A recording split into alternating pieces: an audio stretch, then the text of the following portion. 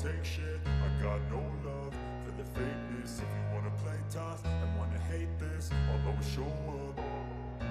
I don't ever slow up, no I don't take shit. I got no love for the fakeness. If you wanna play tough and wanna hate this, I'll always show up and make a statement. I don't ever slow up, no I don't take shit. I got no love for the fakeness. If you wanna play tough and wanna hate this, I'll always show up and make a statement. Everything I do, hey kid, don't ever let them get inside your head. Musim 2024 berjalan sesuai keinginan Dalinya.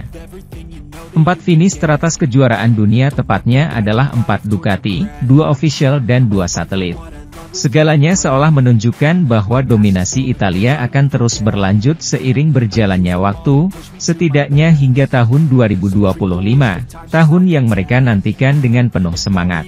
Pimpinan tim merah mengambil kesempatan ini untuk berbicara dengan MotoGP tentang bagaimana menurutnya musim ini akan berjalan dan bagaimana harapannya pada tahun 2025. Tetapi pertama-tama dia meninggalkan beberapa kata tentang apa yang dia harapkan dari duo Bagnaia, Marquez di masa depan tim resmi. Mereka adalah 2 pembalap terbaik di kejuaraan, tapi tentunya mereka memiliki karakter yang sangat kuat. Penting bagi kami untuk dapat mengelolanya dengan baik pada tahun depan. Saya harap ini bukan bencana. Kami sangat senang dan bangga dengan pekerjaan kami. Kami memiliki 4 pembalap di depan yang lain. Kami memiliki banyak pemain yang bisa berjuang untuk menang di akhir-akhir pekan. Pecco dan Martin akan menjadi 2 pesaingnya, namun tentunya Enea dan Marc juga berpeluang meraih hasil tersebut. Kami memberi mereka kesempatan terbaik untuk mencapai impian mereka. Ini adalah tugas kami dari awal hingga akhir musim dan kami akan melakukannya. Dalinya berbicara tentang pilotnya. Kisah pembalap Italia itu dengan Ducati dimulai beberapa tahun yang lalu, namun seiring berjalannya waktu ia hanya berhasil mengembangkan dirinya. Saat ini, Pecco adalah salah satu pembalap Ducati yang tak tersentuh, dan inilah yang diungkapkan Gigi. Pecco adalah salah satu pembalap paling penting dalam sejarah Ducati. Mungkin yang paling penting, karena belum ada yang memenangkan 2 kejuaraan. Pecco Bagnaia mungkin menjadi favorit Ducati. Namun Marc datang untuk mempersulit pembalap Italia itu, karena hubungannya dengan Gigi lebih dari baik dan inilah yang keduanya tunjukkan. Momen yang luar biasa bagi Marc Marquez. Dia telah beradaptasi dengan sangat baik dan sangat cepat. Dia adalah juara dunia 8 kali. Sementara itu, juara bertahan 2 kali, Pecco Bagnaia juga menjadi orang yang paling banyak meraih kemenangan untuk Ducati di MotoGP. Pemimpin pabrikan yang tak terbantahkan saat ini, apa posisinya ketika Marc Marquez bergabung dengan timnya? 2 bulan sebelum berakhirnya kejuaraan saat ini dan kedatangan Marc Marquez di tim resmi Ducati, Gigi Dall'Igna masih menegaskan dirinya sebagai penggemar pertama Pecco Bagnaia.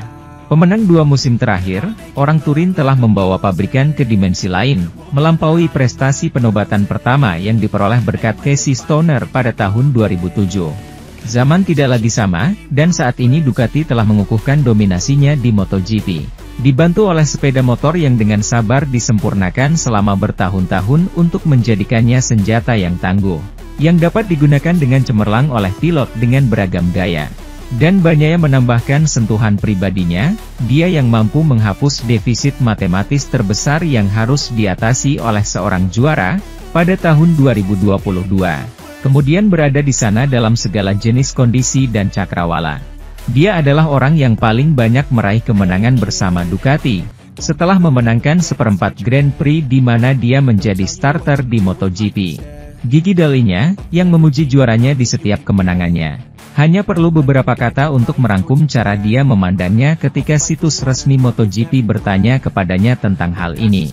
Yang pasti Pecco adalah salah satu pebalap paling penting dalam sejarah Ducati, dan bahkan mungkin yang paling penting. Karena belum ada yang memenangkan 2 gelar pebalap.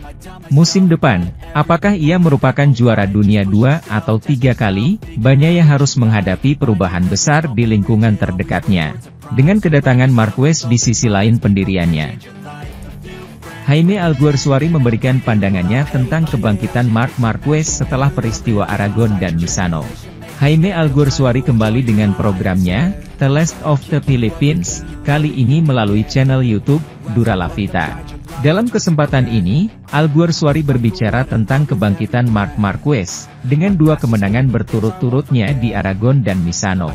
Pria asal Gresini itu kembali naik podium setelah 4 tahun mimpi buruk yang diawali dengan cederanya di Jerez 2020. Apa yang terjadi di setiap Grand Prix tidak terlalu berarti bagi saya. Saya peduli dengan akhir Grand Prix, dan khususnya akhir tahun, dia memulai. Alguersuari melampaui hasil di lintasan, berbicara tentang konsep yang lebih luas. Saya akan terus mendesak, dengan segala hormat kepada Martin, dengan segala hormat kepada Pecco, karena saya akan berbicara tentang generasi, tentang apa yang terjadi pada generasi ini. Saya tidak akan berbicara tentang tekanan ban. Saya tidak akan berbicara tentang semua orang yang baik, dan itu tidak benar sama sekali.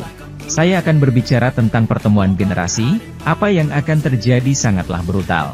Perubahan generasi, karena tentu saja, karena Piala Dunia sedang berlangsung, tidak ada yang akan berpikir tentang perubahan generasi. Permasalahan merek Jepang menjadi kunci perubahan di MotoGP. Honda mogok, Yamaha juga sama dan mereka bahkan tidak bereaksi. Sejak 2015 dia telah menciptakan konsep Ducati, dia telah menciptakan konsep teknologi terkini.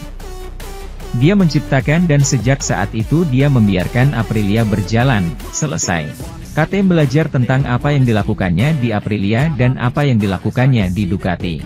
Dan tiba-tiba yang berada di peringkat menengah adalah KTM, Aprilia dan Ducati. 3 merek yang secara teoritis paling lemah di pasar universal dan secara ekonomi lebih lemah di sektor sepeda motor dibandingkan Yamaha dan Honda. Hal ini juga secara radikal mengubah grid kelas Premier. Anda mencapai titik absurditas dan pada saat itu, apa yang terjadi pada pilotnya?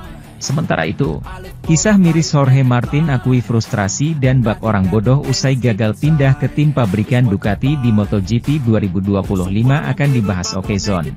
Sebab, penantiannya begitu lama. Martin sudah menunggu kesempatan promosi ke tim pabrikan cukup lama.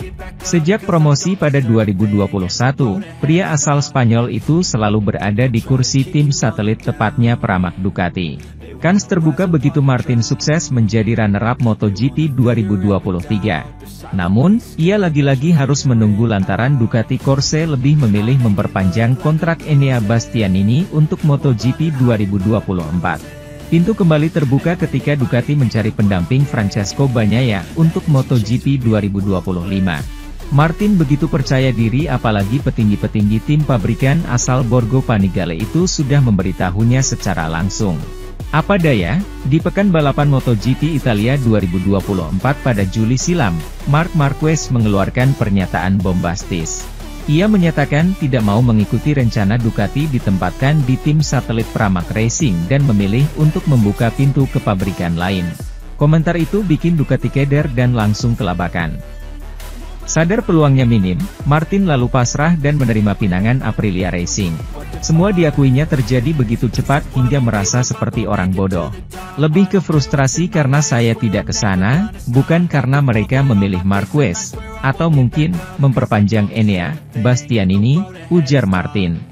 Lebih kerasa frustrasi, karena setelah berjuang keras, mencoba membuktikan diri kepada seseorang dan mereka tidak peduli apa yang saya buktikan, saya lebih merasa frustrasi. Seperti, saya orang bodoh, seperti berada di belakang itu semua dan itu tidak terlalu penting, imbuh Martinator. Pada saat yang sama saya juga merasa bahagia saat itu karena saya merasa saya bisa pergi ke tempat lain di mana mereka sangat mencintai saya, tandasnya.